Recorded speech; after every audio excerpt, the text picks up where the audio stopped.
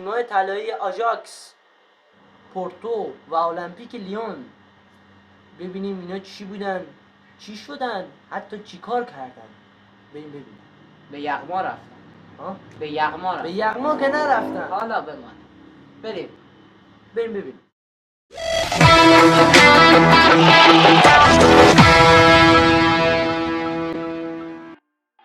سلام، خوش اومدید. امروز اومدم با چنل MAH سپورت در خدمت شما هستم و با موضوع تیم‌های طلایی آژاکس آمستردام، المپیک لیون و پورتو پرتغال که ببینیم اینا چی بودن، چی شدن و چیکار کردن. قبل از اینکه شروع کنیم لایک و سابسکرایب رو فراموش نکنید. با شروع طوفانی بریم.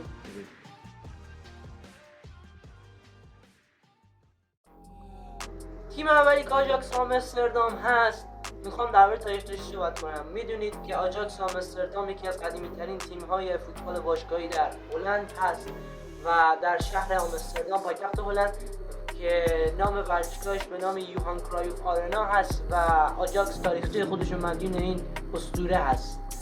و بریم شروع کنیم که ببینیم نسلی که یوهان کرایوف و تیمی که یوهان کرایوف ساخت، ببینیم نسلش به کجا رسید و اینا چیکار کردن.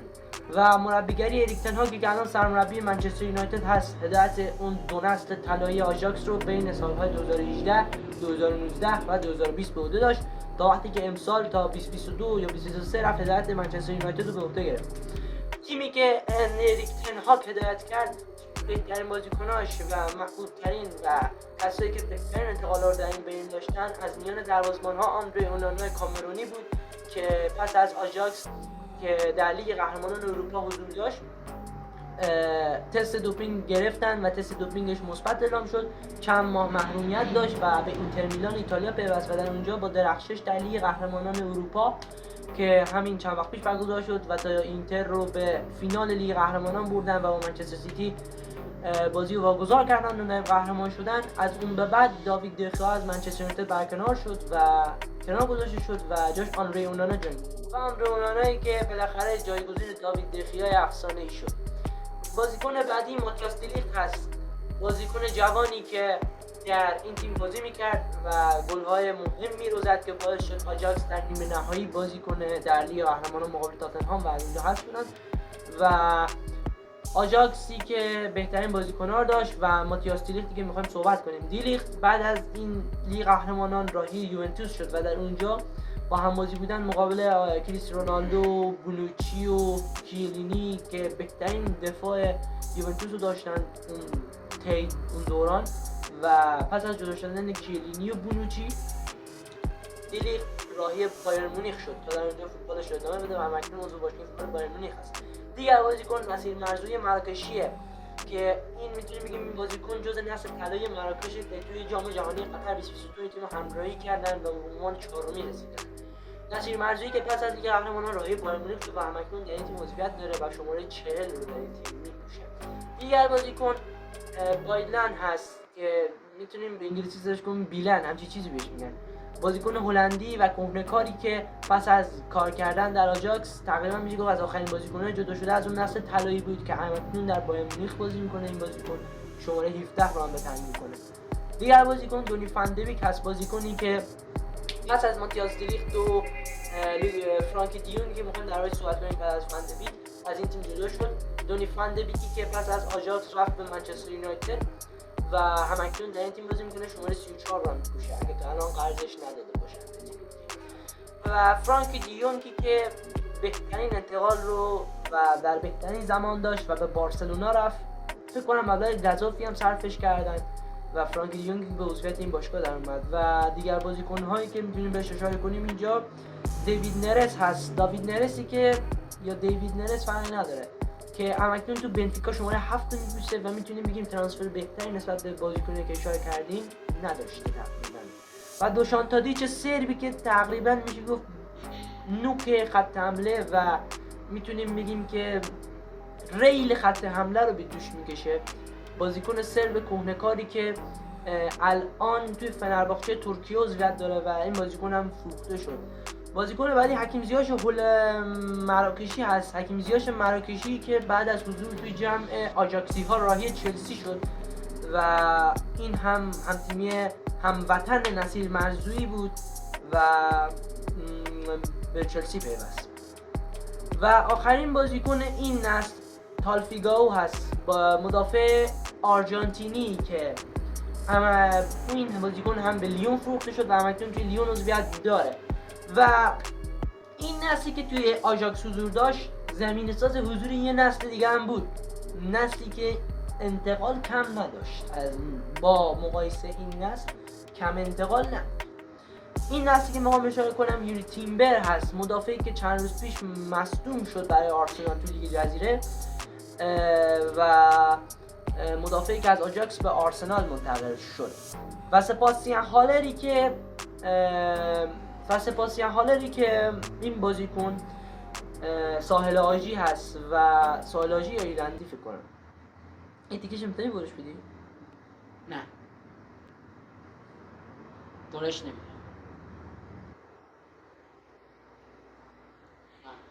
رکبت درست باش برش. خب و سپاسیان هالری که پس از آقای گولی در لیگ برتر هلند با پیراهن آژاکس که شماره 9 رو میپوشید راهی باشگاه فوتبال دورتموند شد و در اونجا سرطان گرفت و همکنون تو آخرین بازی فصلی که ماینس 2-2 کردن حضور داشت و یه پنالتی رو هم خراب کرد از شانس بعدش که شانس نداشت. زنده موند شانس نداشت و زنده موند، داره درمان کرد و دوباره بازی کرد. تو آخرین بازی فصل دورتموند تو سال پیش بود. ماشاءالله. حالا اگه با لیگ آلمان شروع بشه بازیکن بعدی گراونبرگ هست، بازیکنی که در آژاکس بازی میکرد، هافبک دفاعی پس از نسل طلای 2018 شد که این بازیکن هم روی بایر شده و شماره 38 رو به تن میکنه. بازیکن بعدی آنتونی هست، آنتونی دو سانتوس که با شماره 21 در آژاکس فعالیت داشت و برزیلی بود و این بازیکن هم رفت به تیم فوتبال منچستر یونایتد و تا اونجا شماره 21 رو به تن کنه. بازیکن بعدی ادسون آلوارز مکزیکی است، بازیکنی که مثل تالیفیگائو و دیوید نرس ترانسفر خوبی نداشته و همکنون توی یکی از تیم‌های فرانسه فکر کنم بازی میکنه. بازیکن بعدی هم لیساندرو مارتینز آرژانتینیه، زوج کریس رومرو و اوتامندی که تو جام جهانی درخشیدن و این بازیکن هم به منچستر یونایتد رفته و همکنون پیراهن 6 رو برای منچستر به تن میکنه. و اریک تن هاگی که در یک سال دو نسل متفاوت رو به فوتبال دنیا معرفی کرد و این نشون میده که چقدر این نسلی که معرفی کرده، این دو نسلی که معرفی کرده چقدر برای آژاکس درآمدزا بوده و به فوتبال رشد داده و بیشترین ترانسفرهایی هم که آژاکس داشته به ترتیب به تیم‌های منچستر و بایر مونیخ بوده. توی کامنت ها برام بنویسید کاپیتان این تیم رویایی آژاکس چه کسی بوده و لایک و سابسکرایب کنید، فراموش نکنید و بریم برای بخش بعدی. تیم طلایی پورتو که همه بازیکناش فروخته شد و میتونیم بگیم که یک نسل رو به دنیای فوتبال معرفی کردن و همانند آژاکس درآمدزایی بسیار خوبی داشتن. این تیم پورتو که مهدی طارمی هم میتونیم بهش اضافه کنیم، شامل بازیکنایی همچون مارچسیان آرژانتینی که الان توی لیگ اسپانیا توپ میزنه به همراه امبامبا و مانافای که توی لیگ فرانسه بازی میکنن. شاید کم تکت این دو بازیکن رو بشناسه ولی بازم دربارشون توضیح میدیم توی پارتای بعدی ویدیو و بخش بعدی. و فرانسیسکو کولسیساو پسر سرخیو کولسیساو که معرفی شد به دنیا فوتبال از طریق باشگاه فوتبال پورتو و همکنون توی آژاکس بازی میکنه و شماره 35 رو به تن داره.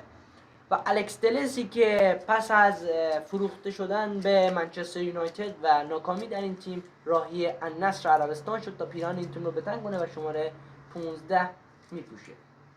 فابیو ویرا دیگر بازیکن این تیمه که با شماره 50 توی پورتو حاضر بود به عنوان هافک دفاعی و همکنون در باشگاه فوتبال آرسنال بازی میکنه با شماره 21 به عنوان هافک هجومی. بازیکن بعدی سرخی اولیورا هست، شماره 27 که علاقه رغم حضور توی تیم ملی فوتبال پرتغال و باشگاه فوتبال آیس روم ایتالیا به باشگاه فوتبال گالاتاسرای ترکیه ملحق شده و در اونجا توپ میزنه.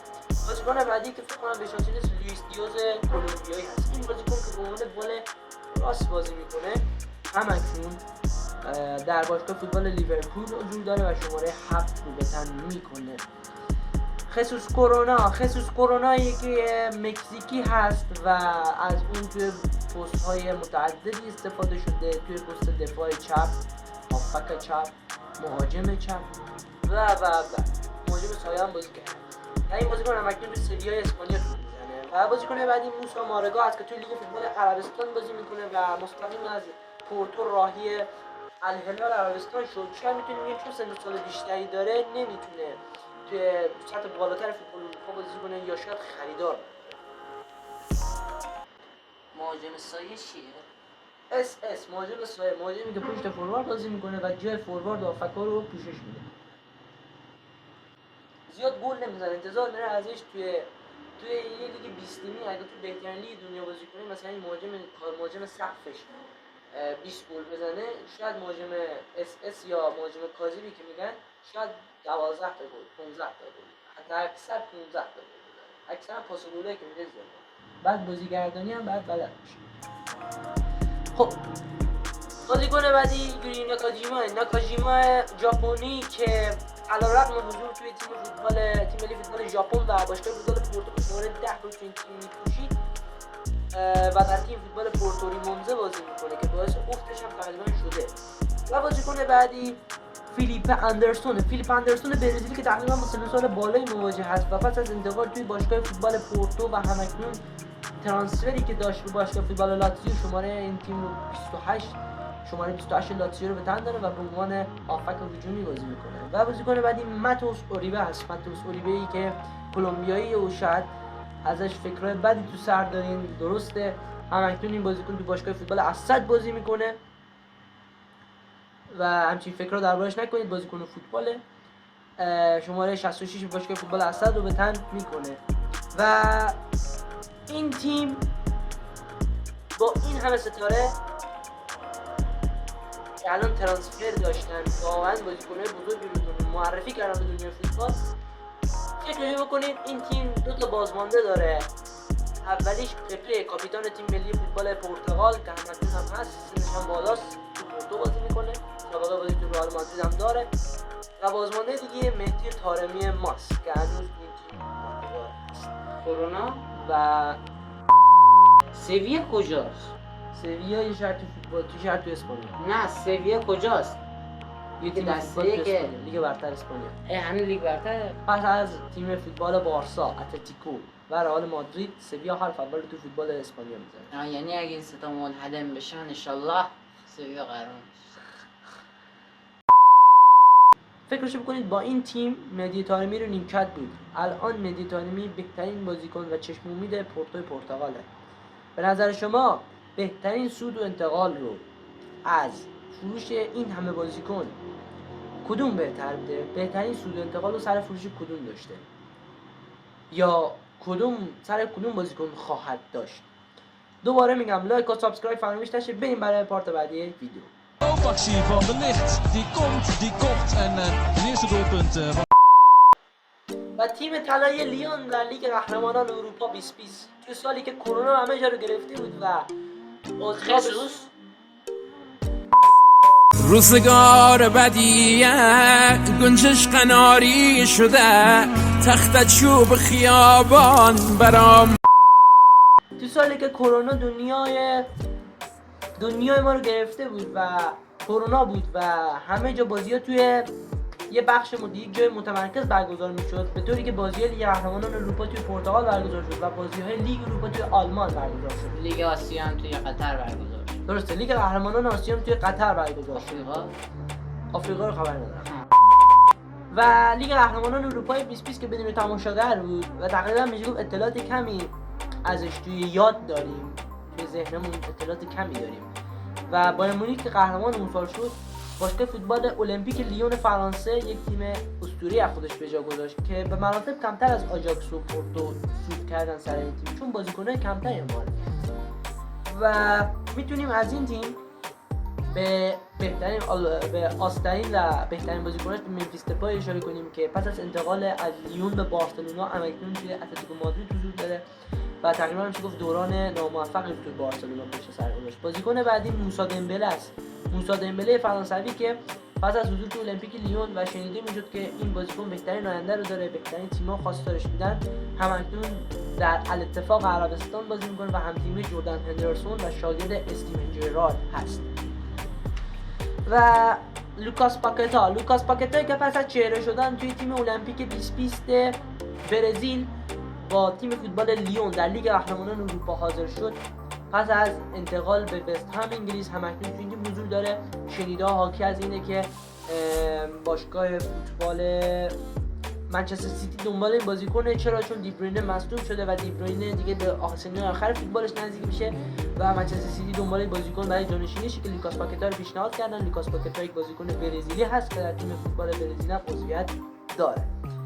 و آنتونی لوپز فرانسوی که پس از درخشش توی لیون به تیم ملی پرتغال هم دعوت شد، تقریبا میشه گفت به سالهای آخر فوتبال هم داره نزدیک میشه، سن 30 خورده ایه و پرتغالی هست. و برونو گیمارش که هم تیمی لوکاس پاکتا توی المپیک برزیل بود توی المپیک، و برونو گیمارشی که الان توی نیوکاسل بازی میکنه و همراه با جوانیتو خط هافک نیوکاسل رو نشون میدن و بازی میکنن با هم دیگه، که جوان هست و 25 سال سن داره. توی تیم ملی برزیل هم بازی میکنه. تالیفیکاوی که توی آژاکس هم بازی میکرد و تقریبا میشه گفت 2 تا تیم طلایی رو همراهی کرده، یک تیم مدافع آرژانتینی، که باعث شد این تیم ها بتونن بهترین مراتب و بهترین جایگاه خودشون رو طی کنن و توی ذهن ها بمونن و این بازیکن ها تا بازی میکنن تا عمر فوتبالی دارن هیچ وقت باشگاه ابتداییشون رو یادشون نمیره که چیکار کردن، چی بودن، چی شدن و تاریخ سازی کردن بالاخره. خیلی ممنون و متشکرم از شما که ما رو همراهی کردید. لایک و سابسکرایب فراموش نشه. کامنت انگلیسی بنویسید، سوالامون رو جواب بدین تا روحیه بدیم به ما و این توی ادامه کار خیلی به ما کمک میکنه. ایام بکن دیگه. آره ایام بکن و خدا. آره. ایام بکن و خدا نگهدار. آلی Let's go. بلند شو بیا. خودکارم بود. خودکارتون